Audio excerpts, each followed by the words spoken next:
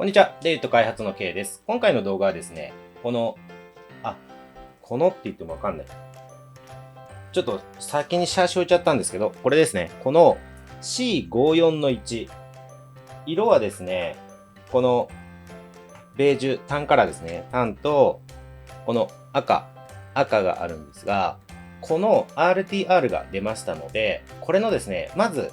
取り急ぎっていう感じなんですけど、シャーシの違いが気になっている方っていうのが多いと思いますので、ちょっとシャーシ戻しますね。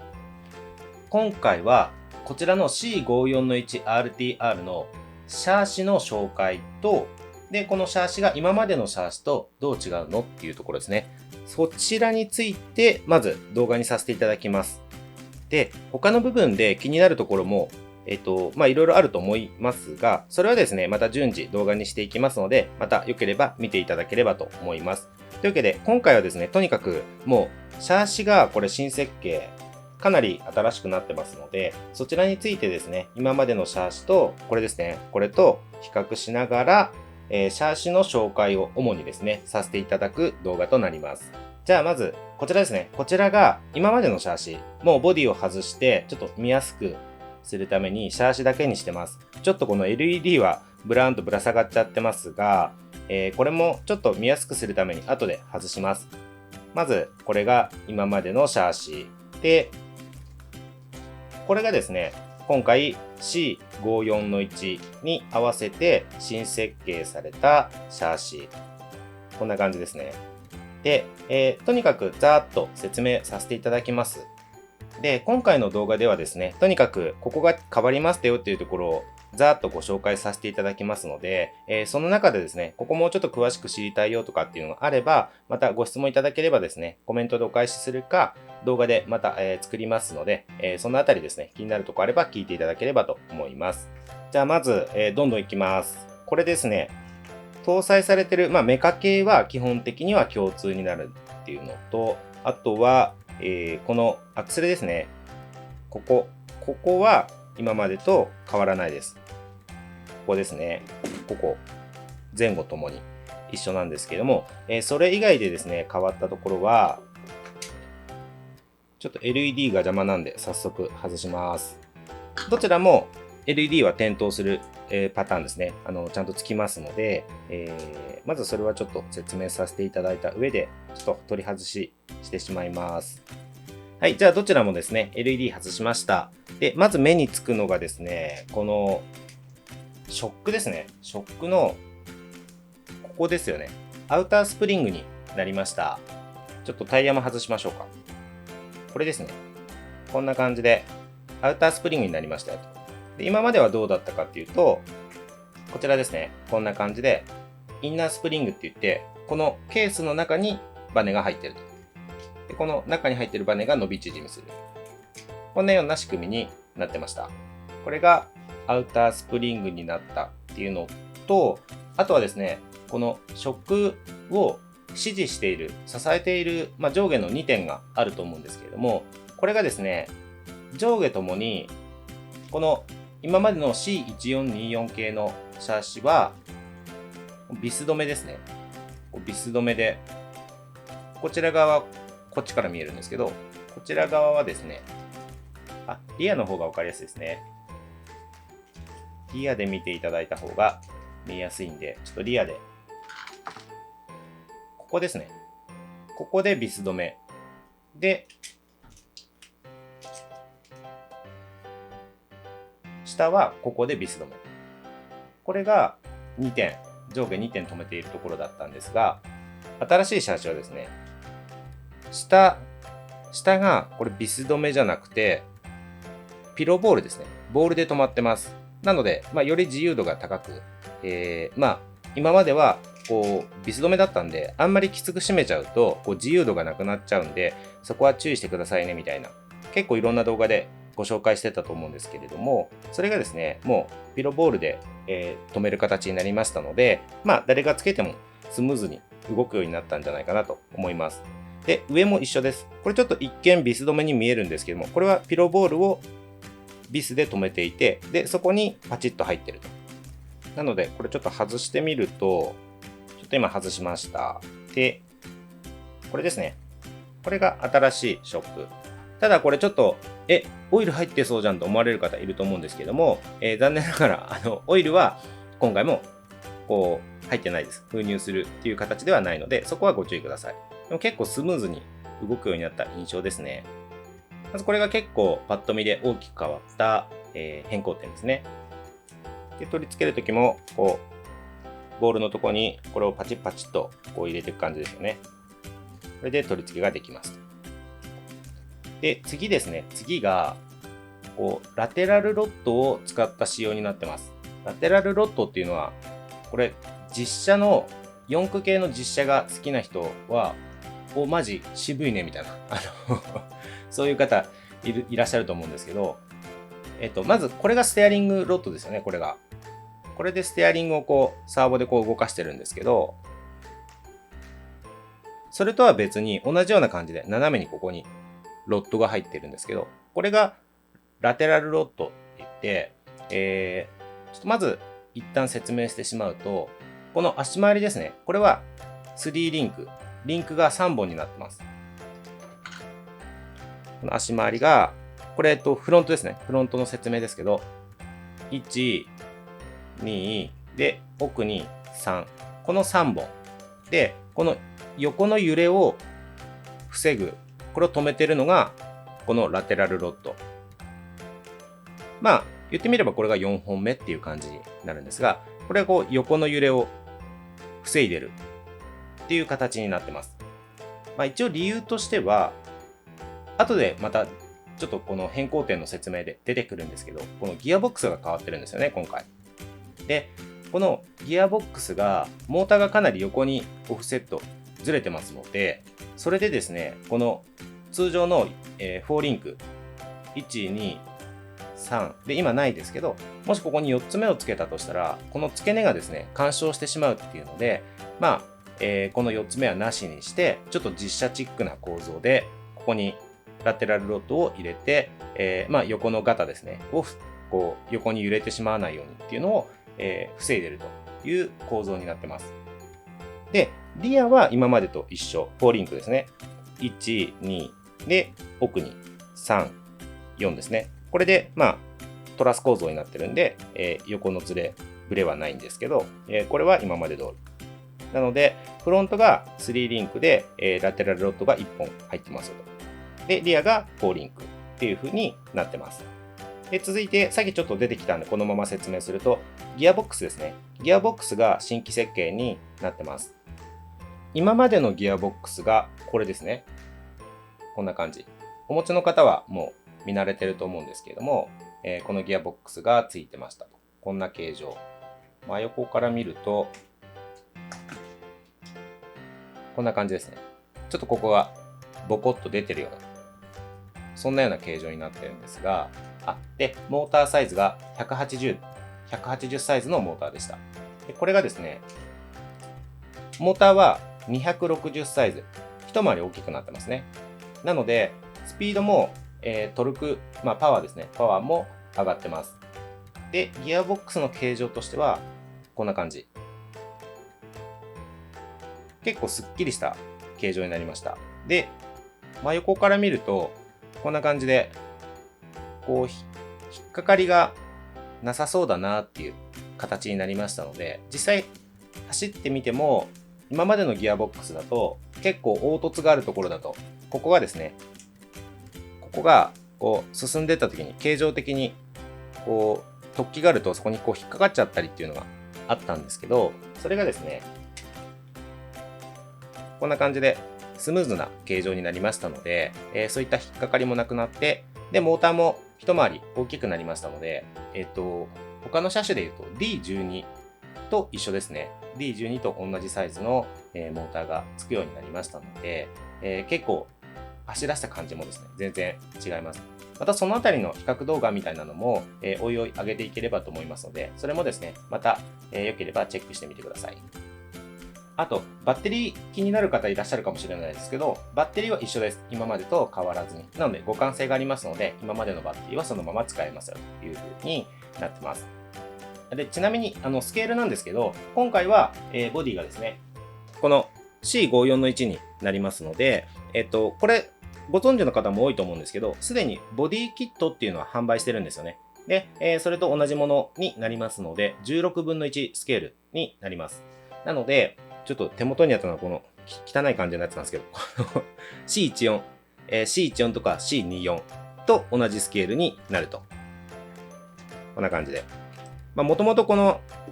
車格がちょっと大きめなんで、同じようなスケールでもちょっと大きく感じるんですけど、ちょっと車高も高いんで、スケールとしてはこの C1424 系と同じ16分の1スケールという形になってます。あとこれですね、さっきリンクの説明したんですけど、そもそもこのリンクロッド、このロッドですね。このロッドの形状も変わってます。こんな風にちょっと穴が開いていて、見えますかね。これぐらいの角度なら分かりやすいかな。こんな感じの、ここですね。こんな感じの形状になっていて、これもショックと同じくピロボールでこうパチッとはめて取り付けるタイプになりましたので、今までのですね、この C1424 系のこのリンクロッド、これと比べて、より信頼性と、あとは可動域とその稼働がそもそもスムーズにいくかどうかっていうところでいくと、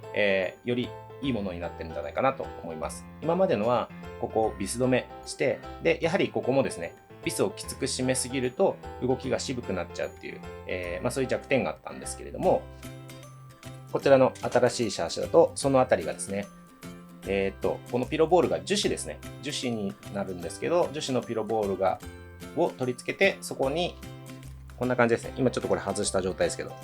こに樹脂のピロボールをビスで取り付けて、で、そこに、これですね、これをパチッとはめると。そんなような構造になりました。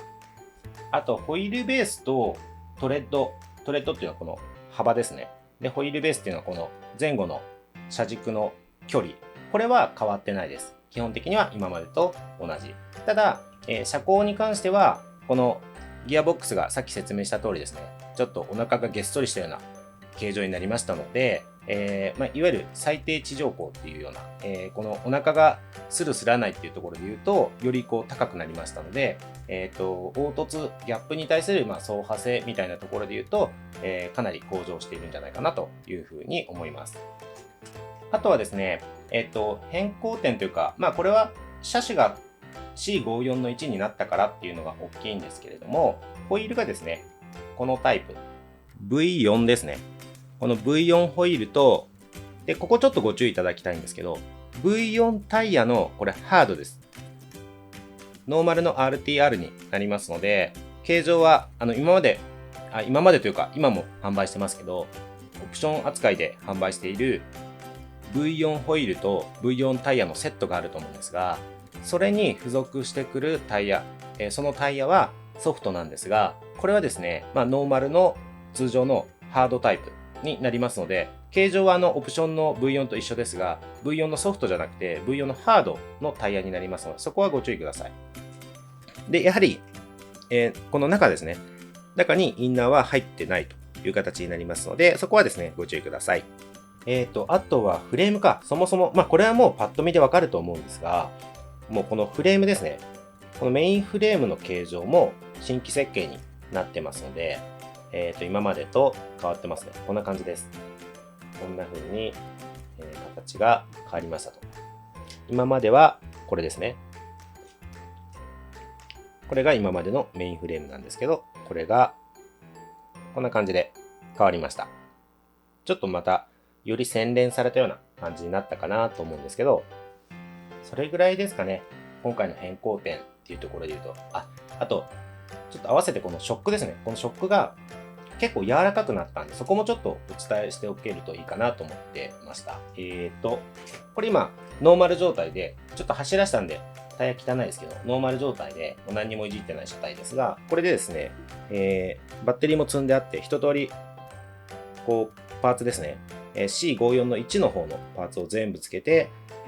もう実際に走れる状態の重さなんですけど、これでですね、こんな感じ。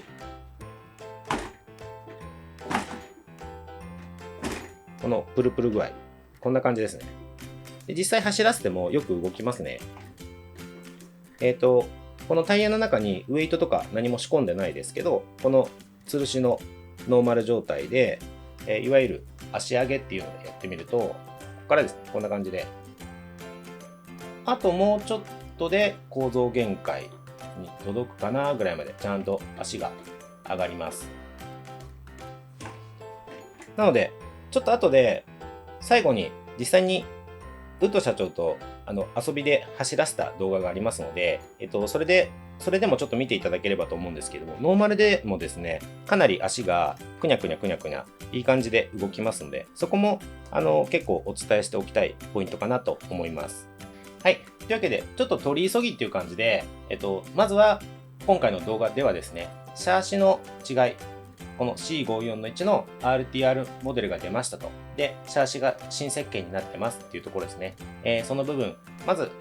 そこは気になる方多いと思いますので、動画にさせていただきました。で、あと、ついでにっていうとあれなんですけど、ちょうど最近、ウッド社長が、来てですね、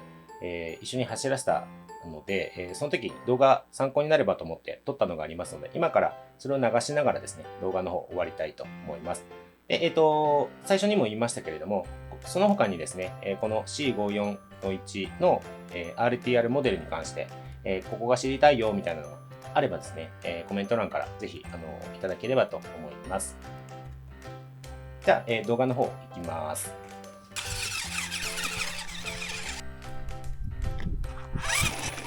はい、これがうちの畑で走らせてます長野にウッド社長が来た時に、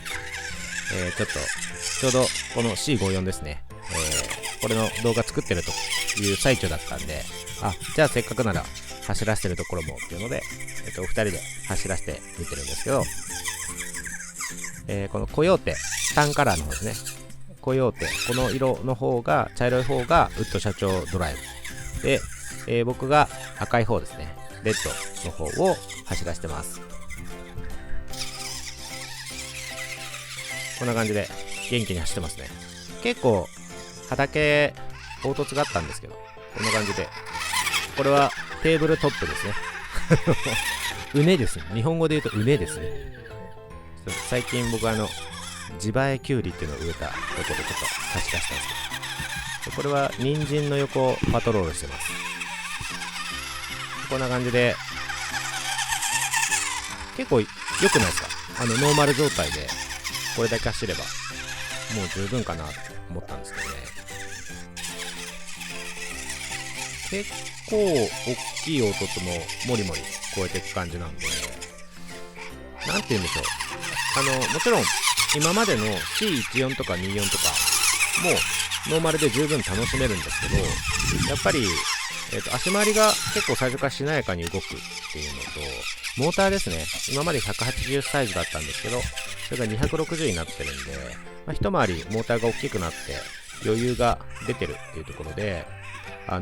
低速、今ちょうどこれ、ちょっと低速走行してるんですけど、半分ぐらいスロットルを握って、ゆっくり走らせてるんですけど、そういう状態でもですね、結構トルクがあって、走らせやすいですね。もちろんトップスピードも今までよりも出るんですけど、この中間を使ってゆっくり走らせるっていうのも結構やりやすくなってます。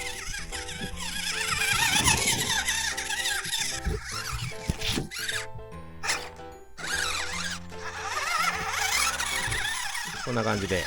ちょっとあとはこの走ってる様子を見てもらうだけかなとは思うので、一旦ですね、もうこのままダダ流しにしておきますので、よければですね、最後まで見ていただければと思います。で、今後もですね、もちろん、この動画の最初の方でお伝えした通りで、今回の動画はあくまでもシャーシの説明ですね。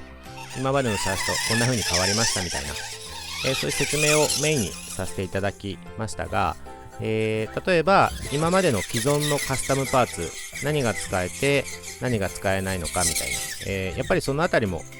気になる方多いと思いますので、もちろんどんどんコメントでご質問いただければと思いますし、こちらの方でもですね、思いつく限りで、順次ですね、順次という形にはなりますが、このパーツ問題なくつきましたよとか、このパーツつけるときにはちょっとこういう問題がありますよとか、